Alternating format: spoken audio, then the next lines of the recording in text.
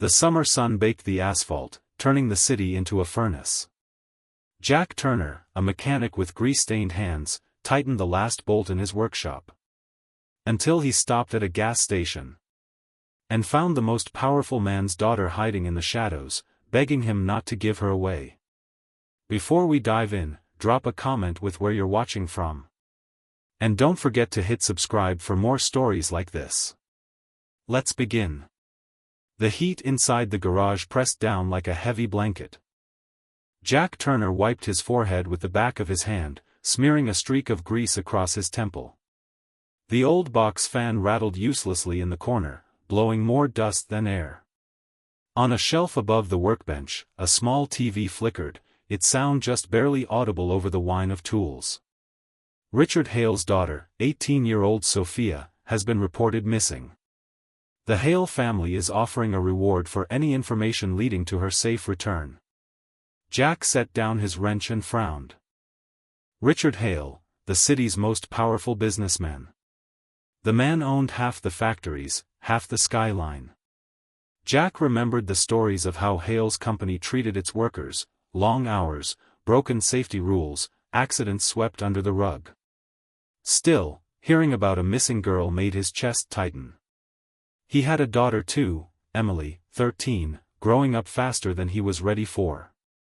The anchor's voice carried on about police hotlines, speculation, and Hale's generous reward. Jack shook his head. Money like that could change everything for him and Emily. A new start. A college fund. No more scraping by on repairs and late-night shifts. But it wasn't his problem. Missing people belonged to the police, not a small-time mechanic. Jack clicked the TV off and got back to work, unaware that by nightfall, fate would park something impossible right in his path. By the time Jack closed the shop, the sun had sunk into a hazy orange sky. Emily sat in the passenger seat of his pickup, legs curled up, humming along to the radio. She always loved these late rides home, time with just her dad, windows down, the city lights waking up. Jack pulled into a gas station to top off the tank. As he stepped out, he noticed her, a girl crouched by the vending machines near the door, hood pulled up despite the heat. She flinched when headlights swept over her.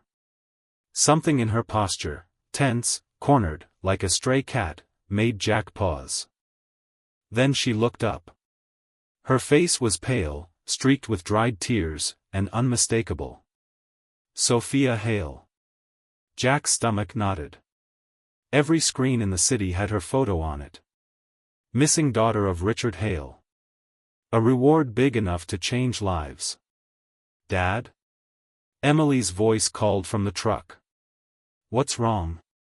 Sophia shook her head sharply, pressing a finger to her lips. Her eyes darted toward the dark lot across the street, where a black sedan idled too long, engine running. Jack felt his pulse climb.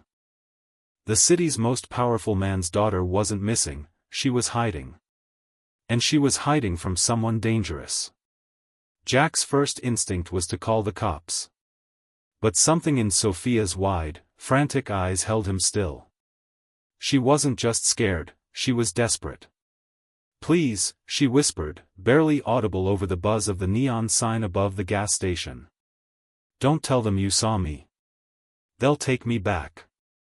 Jack studied her, trying to steady his breathing. Emily leaned out the truck window, frowning. Dad? Do you know her? He motioned for Emily to stay put, then crouched beside Sophia. Why are you hiding? Everyone thinks you've been kidnapped. Sophia's jaw trembled. I wasn't. I left. Her gaze flicked again toward the sedan. They're looking for me. My father's people. Not the police. Jack's mind spun. Richard Hale's daughter, running from her own father? It didn't add up. Unless the stories about Hale's ruthlessness went deeper than rumors.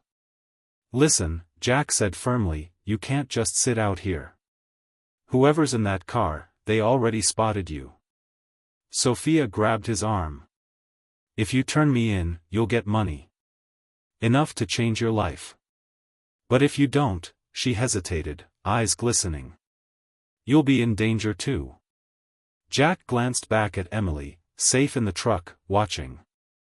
A single choice hung heavy in his chest, the kind that could carve his family's future into stone. He opened the passenger door. Get in. Sophia froze, then obeyed. The moment the truck door clicked shut, the sedan across the street roared to life. The black sedan pulled out from the lot, sliding behind Jack's pickup as he steered back onto the road. Emily twisted in her seat, watching its headlights close in. "Dad," she murmured. "That car's following us." Jack tightened his grip on the wheel. "Yeah, I see it." He took a sudden turn onto a narrower street, hoping to shake them. The sedan mirrored every move. Beside Emily, Sophia hunched down, clutching her knees. Her voice cracked. "They're Hale's men. If they catch me, they'll drag me back, and you'll never see me again." Jack glanced at her.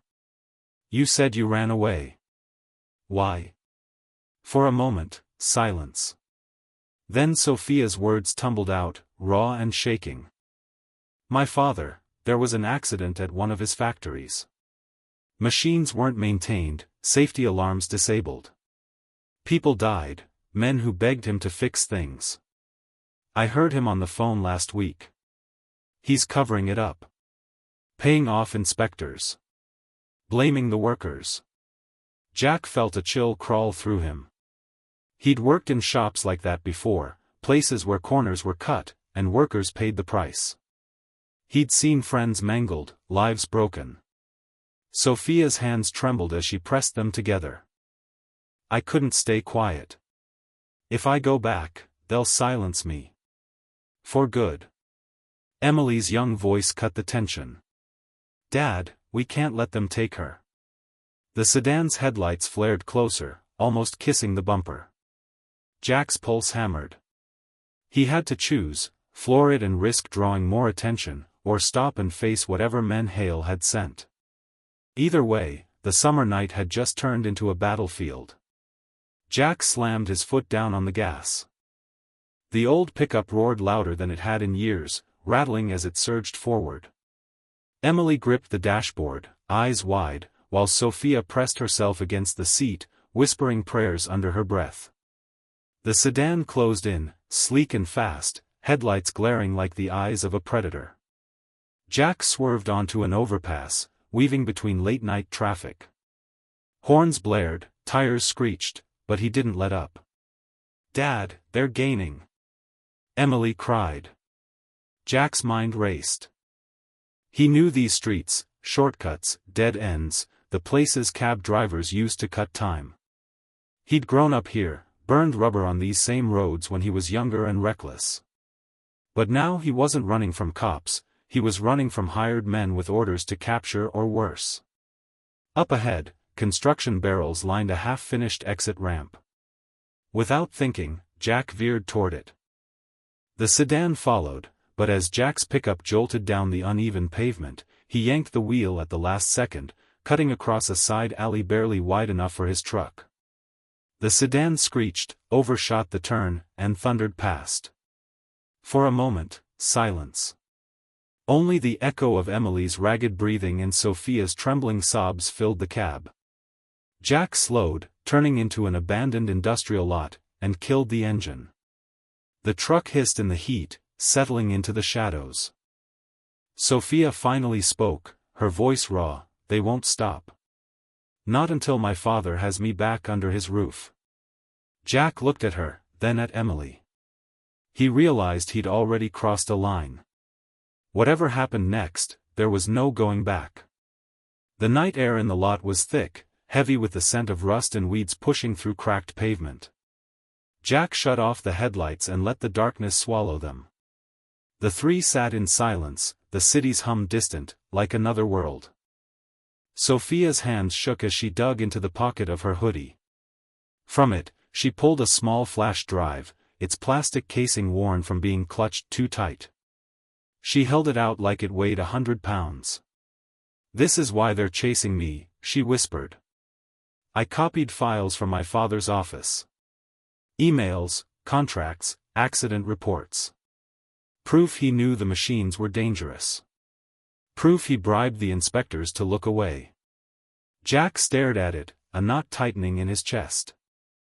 He wasn't a lawyer, wasn't a cop, just a man who fixed cars.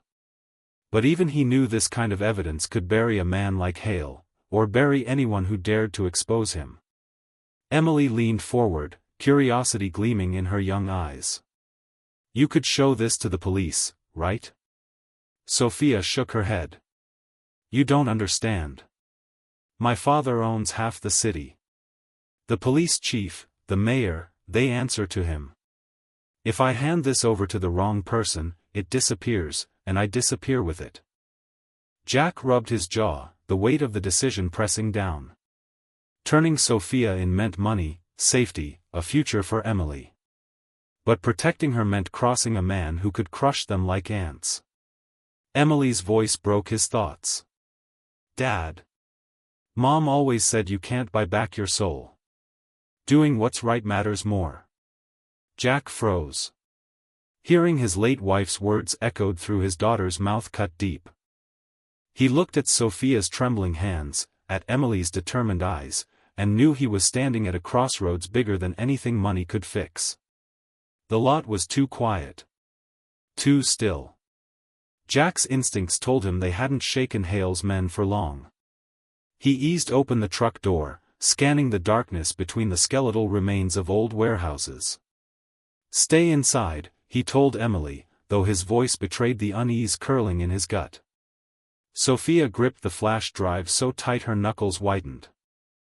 They'll find us. He always finds people.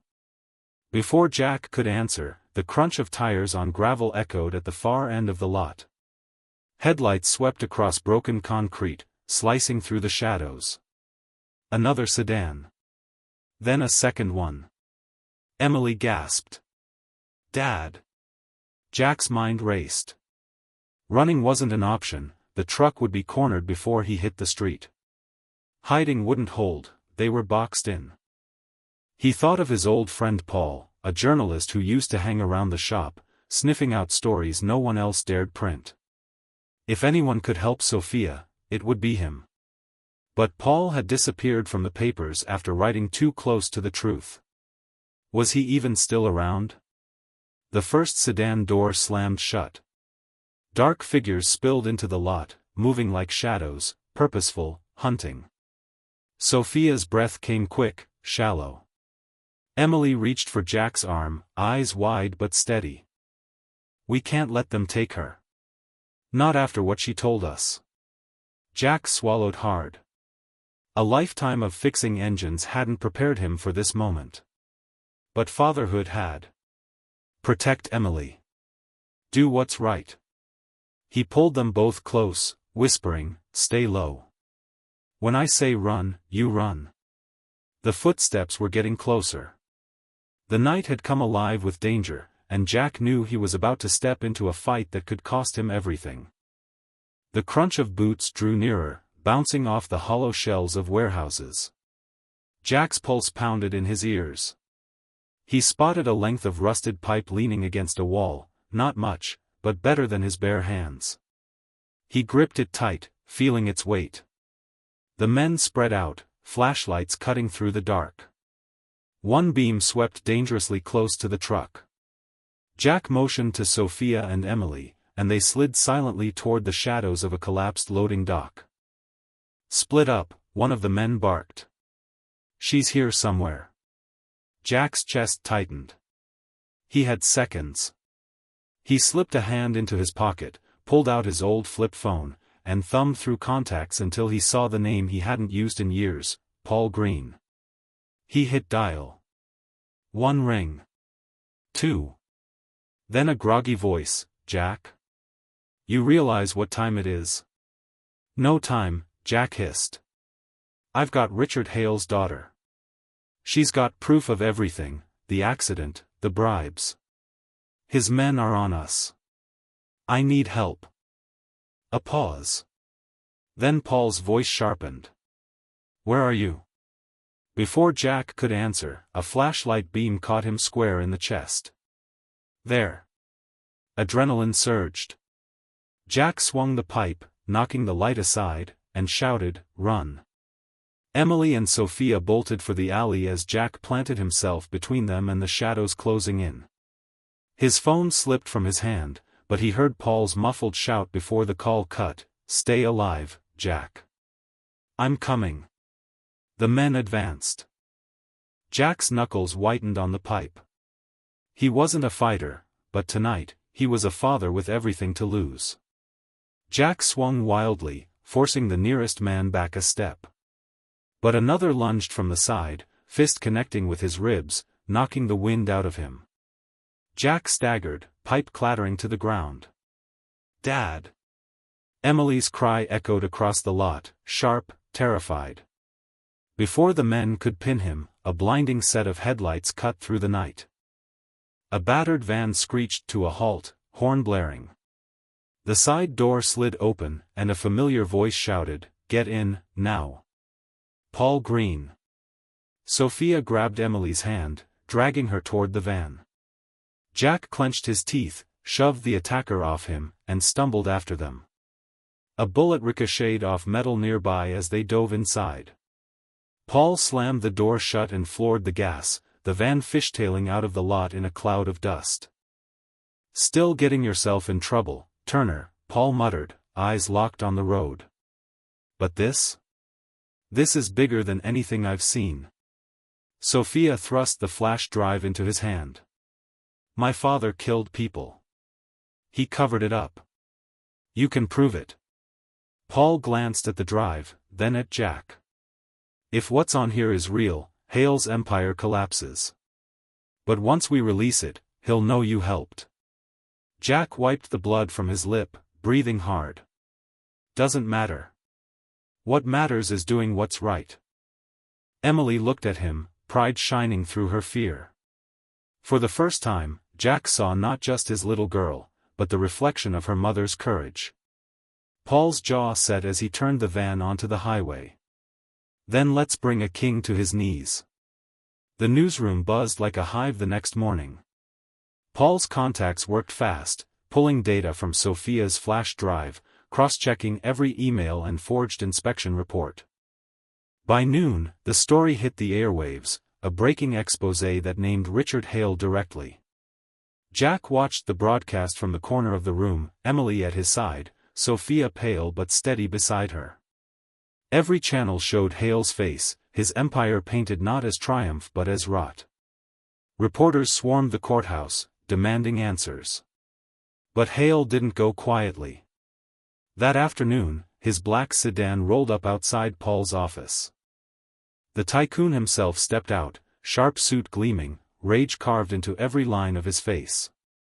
He pushed past cameras, eyes locking on Jack. "You think you've won?" Hale's voice dripped with contempt. "You're a grease-stained nobody. I could have given you everything, security for your daughter, a future. Instead you choose ruin?" Jack stood tall, though his ribs still ached. Emily's small hand slipped into his, grounding him. "The only future worth having," Jack said quietly, "is one I don't have to buy with someone else's blood." For the first time, Hale faltered, not because of Jack, but because Sophia stepped forward. "I'm not your pawn anymore, Father. The world knows the truth now. You can't bury it. Or me." The cameras caught every word. Hale's empire crumbled in real time. By nightfall, indictments were filed, his allies scattered. Later, in the quiet of their modest home, Emily curled against Jack on the couch. "We'll be okay, right?" she asked softly. Jack kissed her hair. "We already are. Because we chose what's right." Sophia, sitting nearby, gave a small, grateful smile. For the first time in years, Jack felt something stronger than fear, stronger even than hope. He felt free. Thanks for watching, like and subscribe for more stories that stay with you.